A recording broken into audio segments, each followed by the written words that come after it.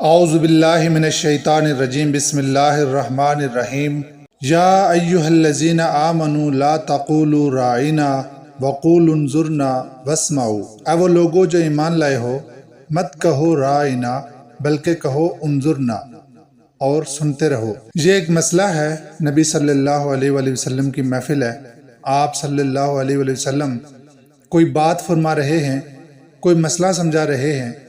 اب اگر کوئی آدمی نہیں سن سکا، مس کر گیا، اس زمانے میں آج کی طرح ریکارڈنگ تو ہوتی نہیں تھی، کوئی سسٹم نہیں تھا، اب اس بندے نے کھڑے ہو کر کہنا ہے راعنا، اے اللہ کے نبی صلی اللہ علیہ وآلہ وسلم ہم پر رعایت کیجئے۔ مطلب یہ کہ میں بھول گیا ہوں، سن نہیں سکا، آپ صلی اللہ علیہ وسلم نے جو بات فرمائی ہے اس کو دہرا دیجئے، راعنا، یہ رعایت دیجئے۔ اس کا مطلب یہ ہوتا تھا، یہ وہاں کا عام معمول تھا۔ اس کے لیے دوسرا جملہ جو موجود تھا، انظرنا، ہمارا انتظار کیجئے یا ہمیں ساتھ لے چلیے یا ہمیں مہلت دیجئے، دوبارہ دہرا دیجئے، اس کا بھی یہی مطلب تھا۔ اب یہ جو یہودی اور یا یہودیوں کے زیر اثر لوگ تھے نا، مسلمانوں میں سے، جنہیں ہم منافق کہتے ہیں، وہ اس رائنا کے ساتھ یا لگا کر رائنا کہتے تھے۔ اس سے مطلب بن جاتا تھا ہمارے چرواہے۔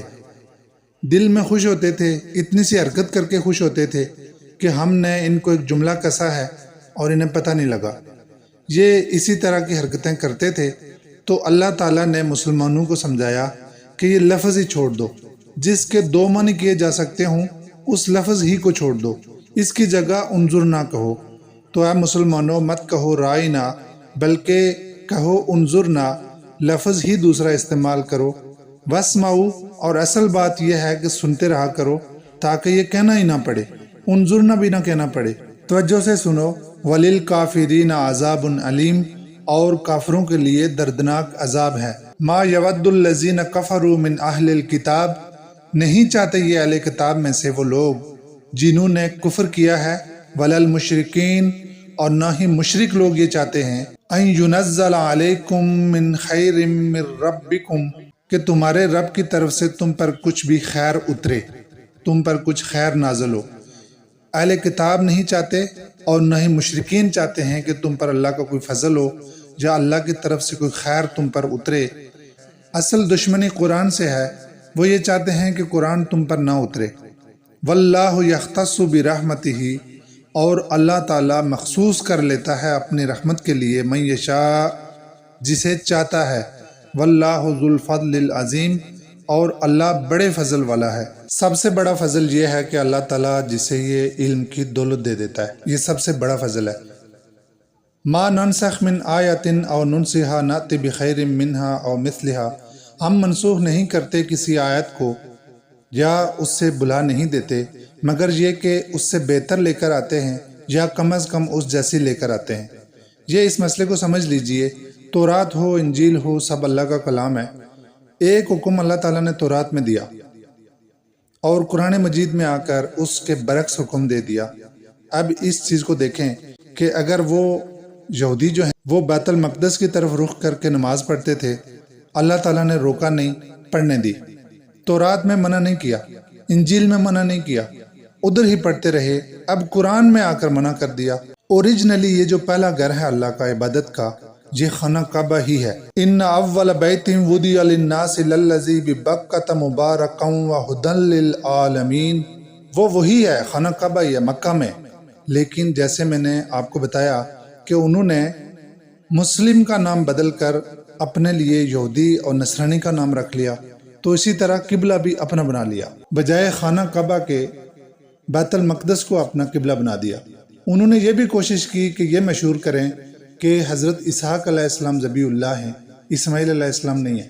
یعنی جو چھری گردن پہ چلائی تھی حضرت ابراہیم علیہ السلام نے، وہ اسماعیل علیہ السلام کی گردن پہ نہیں چلائی تھی بلکہ اسحاق علیہ السلام کی گردن پہ چلائی تھی۔ یہودیوں نے یہ بات بھی مشہور کرنے کی بہت کوشش کی، تو اسی طرح انہوں نے قبلہ بھی اپنا الگ بنا لیا، حالانکہ قبلہ وہ نہیں تھا۔ اب جب چونکہ قرآن نازل ہو رہا ہے اور نبی صلی اللہ علیہ وآلہ وسلم مدینے میں تشریف لا چکے ہیں اور آگے یہ پھڈا پڑنا ہے، جب قبلہ بدلے گا، تحویل قبلہ ہوگی، تو انہوں نے رولا ڈالنا ہے۔ اس لیے اللہ تعالیٰ پہلے ہی بتا رہے ہیں کہ جب ہم کسی پرانے حکم کو منسوخ کرتے ہیں تو اس کی جگہ جو نیا حکم لے کر آتے ہیں وہ اس سے بہتر ہوتا ہے۔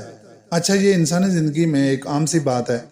دنیا میں جتنے قانون بنتے ہیں بدلتے رہتے ہیں، امپرومنٹ کے لیے بدلتے رہتے ہیں، آئینوں میں ترمیمیں ہوتی رہتی ہیں۔ ہمارے آئین پاکستان میں پتہ نہیں 26 کہ 27 ترمیمیں ہو چکی ہیں، تو یہ عام سی بات ہے، احکامات بدلتے رہتے ہیں۔ اسی طرح اللہ تعالیٰ بھی اپنے احکامات کو بدلتا رہتا ہے اور اس سے بہتر لے کر آتا ہے۔ جہاں پہ ایک سوال پیدا ہوتا ہے اسی بات کے اندر کہ ہم تو تبدیلی کرتے ہیں، ہمیں پتہ نہیں ہوتا، غلطی کرتے ہیں، چوٹ کھاتے ہیں، تجربے سے سیکھتے ہیں، پھر اگلا قدم اٹھاتے ہیں، تو اللہ ایسا کیوں کرتا ہے؟ اس کا علم تو قدیم ہے، وہ تو سب کچھ جانتا ہے، جو ہو چکا، جو ہو رہا ہے، جو ہونے والا ہے۔ اللہ ایسا کیوں کرتا ہے کہ جیسے ہم دوسری کلاس کے بچے کو MA کا نصاب نہیں پڑھا سکتے، یعنی اس بچے کی ہی مجبوری ہے کہ اسے دوسری جماعت کی ہی سطح کی تعلیم دی جائے۔ جب وہ تھوڑا سا سمجھدار ہو جائے گا تو اس سے پھر اس کو آگے تعلیم دی جائے گی۔ اللہ تعالیٰ حکیم ہے، اسے پہلے دن سے معلوم ہے کیا قانون ہونا چاہیے، لیکن جنہیں سمجھانا ہے وہ ابھی اس قابل نہیں ہیں کہ انہیں آخری درجے کی تعلیم دی جائے، لہٰذا آہستہ آہستہ رفتہ رفتہ درجہ بدرجہ ان کو وہ تعلیم دی جائے گی۔ تو ما ننسخ من آیات او ننسها نأتی بخیر منہا او مثلہا، ہم کسی آیت کو نہیں بدلتے مگر اس سے بہتر لے کر آتے ہیں یا اس جیسی لے کر آتے ہیں۔